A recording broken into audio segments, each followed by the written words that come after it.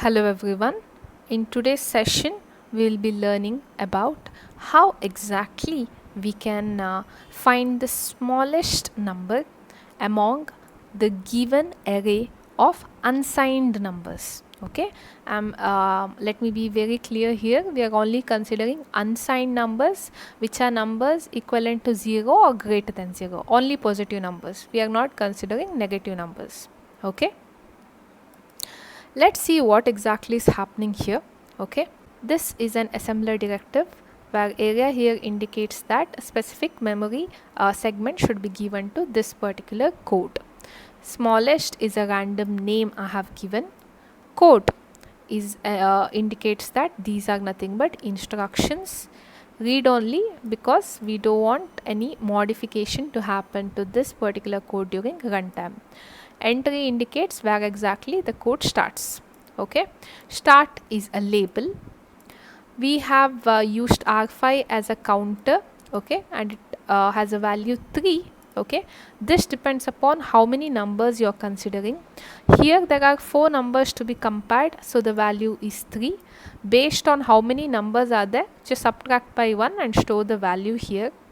The reason for that is already one number I'll have stored in one particular register before the loop begins. So other than the first number, how many numbers are there, that I'll be specifying here. LDR argv1 comma equal to value 1. Argv1 here stores the address of this particular label value 1. Value 1 is a label which stores all these 32-bit numbers because DCD is specified. Define constant double word. Okay. Then what we have is nothing but LDR arg2 comma content of argv1 comma hash 4. Here what happens is content of argv1. Now we know argv1 here points to this particular address denoted by the label. So the very first value is copied to arg2 and argv1 address is incremented by 4 because this particular DCD informs us that this data occupies 4 memory location. So if you want to point to next memory location, you have to increment the address by 4. Okay, then you have loop, which is nothing but a label. Here LDR arg4 comma content of argv1 comma hash 4 is there, which means next content pointed by argv1. Already this value is stored in R2. Next value is now copied to R4. Again address is incremented. Okay, so currently argv1 points at this particular location. So that is not required for this loop, it's required for the next loop. Now the first and second value, which is copied in 2 registers, are compared. Okay, branch if lower or same. BLS or branch if lower or same always checks carry and Z flag, that is 0 flag. If carry is 0 or if 0 flag is actually 1, in that particular case the required branching occurs. Okay, if you're comparing R2 and R4, if R2 is less than R4, then the subtraction, when subtraction between R2 and R4 happens, which is normal routine which happens if in case there is a compare instruction, R2 will need a borrow. Okay, if it is less than R4. Okay, so if that happens, then carry will be set as 0. Okay, so if there is a borrow, carry is 0. If there is no borrow, then carry equal to 1. Okay, that is how that particular compare instruction affects the carry and 0 flag. If R2 and R4 are equal, Z flag will be set as 1.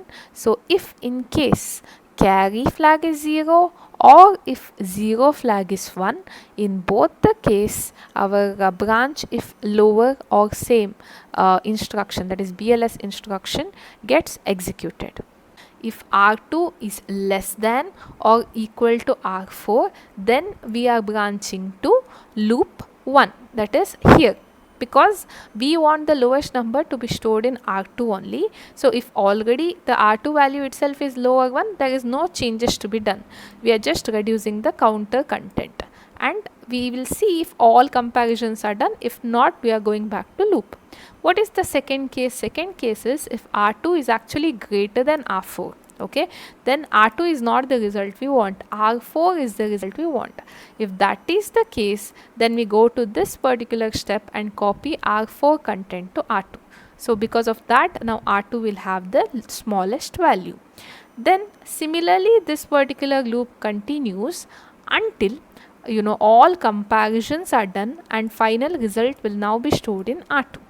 Here what happens is R0 will be pointing at result. Result is this particular location you can see here. If you see this, okay, what is happening here, we are defining a separate memory segment wherein we are storing only data. That's why data is written here, okay, it's not instructions.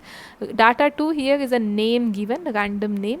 Read write because we want this area such that we can be able to store our result, so writing should also be enabled.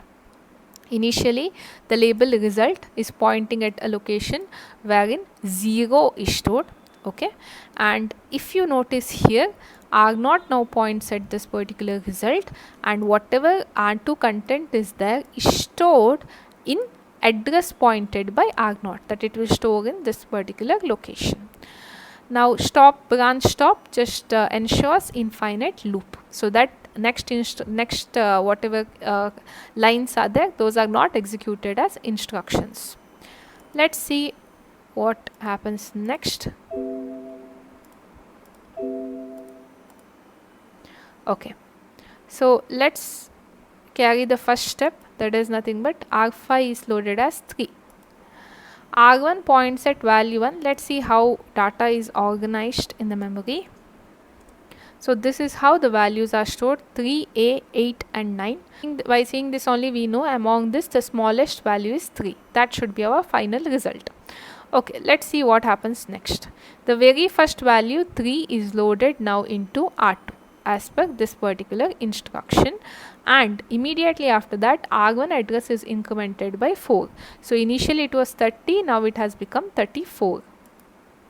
Next we come into the loop, take the next value, that is AAAA is now copied to R4 and again address is incremented, so R1 value is 38. Now we are comparing R2 and R4. After comparison we already know R2 is smaller than R4, so because it is already less than, okay, it will branch to loop 1, okay, but because all comparisons are not done, it will come back here, it will copy the next value into R4, okay, and then again comparison is done.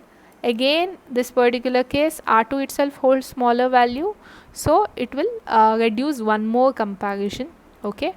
This continues for next case also, okay, and finally R0 is now pointing at result, so R0 should point at result, so I'll copy that here, okay. Let's see what happens here. Store R2 in content into R0. If you see here, among these 4 values smallest was 33. Now that is copied into the memory location. That's all about finding the smallest value, and again this is for unsigned comparison. If it was signed comparison, that is if this array had both positive and negative value, if you consider 3, its value is 0011, so this is a positive number. If you say A is nothing but 1010, it's a negative number. 8 is 1000 is a negative number. 1001 is again a negative number, but if you compare these 3, the most negative number will be 88. So let's see whether we will get that answer if we make minor changes here.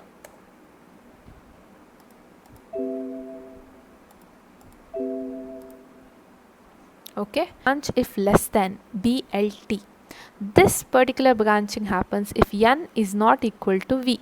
Okay, if in case the negative flag and the overflow flag both have inverse values, if negative value is set but overflow is 0, or if overflow is set and negative value is 0, in that particular case this branching will occur. everything else remains same. Okay, let's see what's the answer we get. The final answer here is nothing but 8. Okay, so this is the most negative number available here. Okay, that's all.